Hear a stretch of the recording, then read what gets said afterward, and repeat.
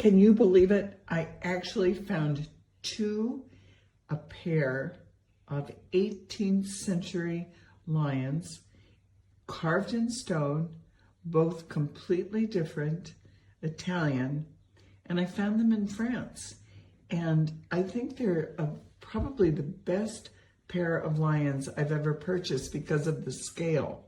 They're reclining and they're looking at each other, and they're perfect for an entrance to a home that's not too overwhelming, but a perfect size. Kind of like I'm coming home now, and thanks for protecting me.